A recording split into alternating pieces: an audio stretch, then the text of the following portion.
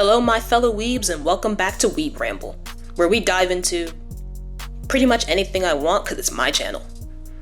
And today I want to talk about why Akame Ga Kill's protagonist Tatsumi is just a long line in a series of misses that the anime takes on its path to shittiness.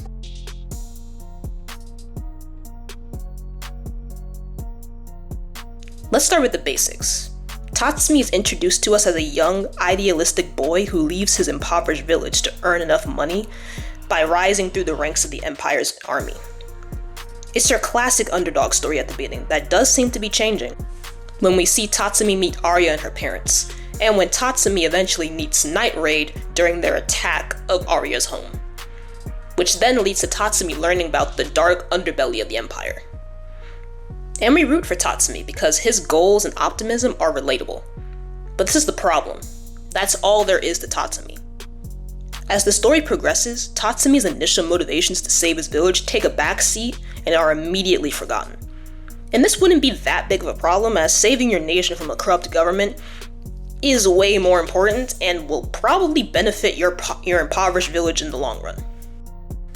But this is a wider issue with the series as a whole. Akame Ga Kill does not go deep enough into its world politics and its system of government. We don't see any of the series' ramifications that would definitely come from all the officials that Night Raid kills, or when Esdeath conquers the northern tribes and kills their prince along with 400,000 citizens. We don't even know how Prime Minister Honest became the Prime Minister, or even what the name of the Emperor is. Because of that, Tatsumi's journey just feels like plot points on the generic shonen protagonist journey list, where the only thing Tatsumi does is get stronger by fighting more enemies. And this leads into my next point. Tatsumi is the textbook example of the generic anime protagonist. He is kind, brave, and idealistic, all great traits for a protagonist to have, but these do not help Tatsumi stand out, especially in a world like Akame Ga Kill.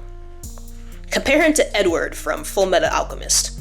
Ed is a young, determined fighter, but he is also deeply flawed. His arrogance, the guilt he feels because of everything that happened when he and Alphonse tried to bring their mother back to life, and his emotional vulnerability make him feel more real and interesting to us. Or Lelouch from Code Geass, who is cunning, morally ambiguous, and is willing to sacrifice anything to achieve his goals. What can you say about Tatsumi? That he's nice? And what are his faults? That he's naive? That his anger gets the better of him at points? That's not enough to carry a show.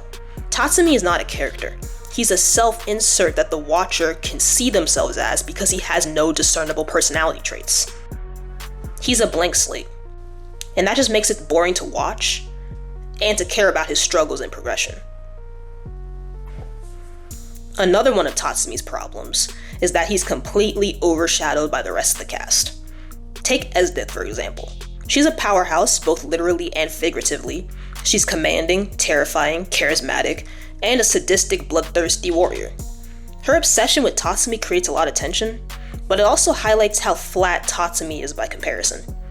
Why would Esdeath, who is arguably the series' most entertaining character, fall in love with Tatsumi of all people? We see that she only truly becomes interested in him because she saw Tatsumi smile after winning that tournament. And this later progresses into Esdeath falling further in love with Tatsumi because he has a lot of potential as a fighter.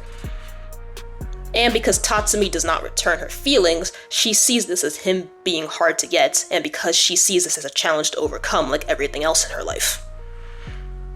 So nothing to do with Tatsumi and who he is as a person, but because Esdeath wants to find a lover who fulfills her requirements, and Tatsumi just happens to be there while being cute enough.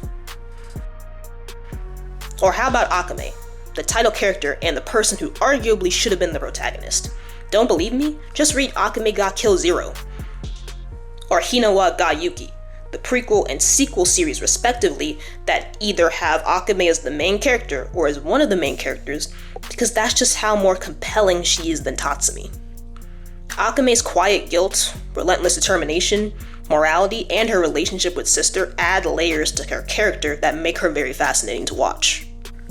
Tatsumi, on the other hand, rarely grapples with such complexities. Even within the other members of Night Raid, Tatsumi is not all that interesting.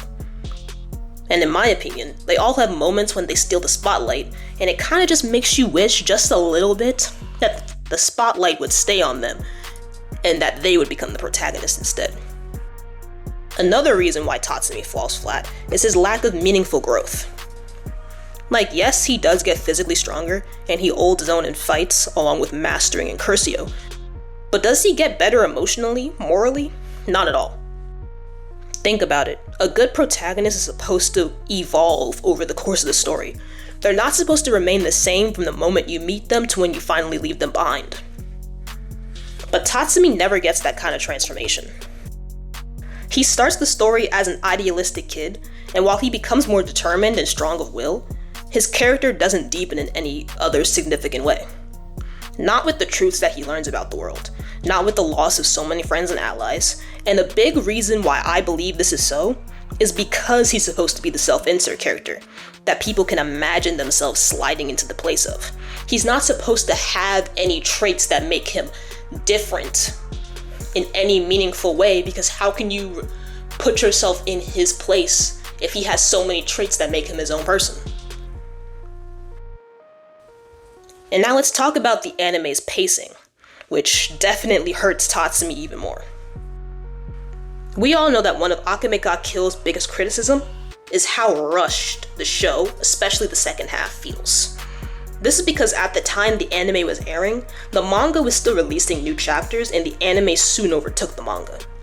And instead of taking a hiatus or creating filler content like other anime, it decided to completely pivot and make its own ending. One that fans hated and that would end up completely different from the manga's eventual ending. Although I don't know why White Fox didn't just wait until the manga was finished or even just halfway done before beginning to adapt the series, but whatever. This rush towards mediocrity affects Tatsumi specifically. His relationship with Mine, for example, came out of nowhere in the anime. They go from barely tolerating each other to supposedly being in love within the blink of an eye. Like, seriously, one episode they hate each other, and the next they're confessing their feelings. And it just makes you think, what feelings do you two have for each other? What do you even see in each other? Like, we have Tatsumi and Mine getting together, and in the next episode, Tatsumi is captured and is going to be executed publicly so that Night Raid can rush in to save him. You know, it's a trap to get them all there. Fighting then ensues, and Mine is fatally wounded by General Budo, and when they escape, Mine confesses her love for Tatsumi, and the two share their first and last kiss before Mine dies in Tatsumi's arms. And it's like the whole time you're watching this scene, you don't feel bad for Tatsumi, you feel bad for yourself. What I mean is that you're sad because another character from Night Raid has died, because it's hard to imagine that Tatsumi and Mine even loved each other. It honestly feels like the writers of the anime only just realized before making these episodes that Tatsumi and Mine were supposed to be a couple, because there was absolutely no build-up for it at all in the anime. And just when you think that yes, even though this relationship between Tatsumi and Mine was bare bones as fuck, that Tatsumi will finally start to develop more from his heartbreaking loss. But then he fucking dies. He just dies in the final episode. And once again, you feel nothing over what is supposed to be a heroic and tragic death. And this is because the anime does nothing to make you connect with Tatsumi, so his death just feels like another stupid writing choice and wasted opportunity. Man, and I know that there are people like me who watched the anime, had mixed feelings about it, then read the manga years later and were very confused to learn that Tatsumi and Mine were actually a decent couple and that they both lived and had fucking kid together. Like, what? Like, I was fucking shocked when I read that. Like, what do you mean they had a kid together? Like, what? Lunacy. Craziness right here. And this ties into my final point. Is Tatsumi better in the manga than he is in the anime? The short answer is yes, but only by a little bit.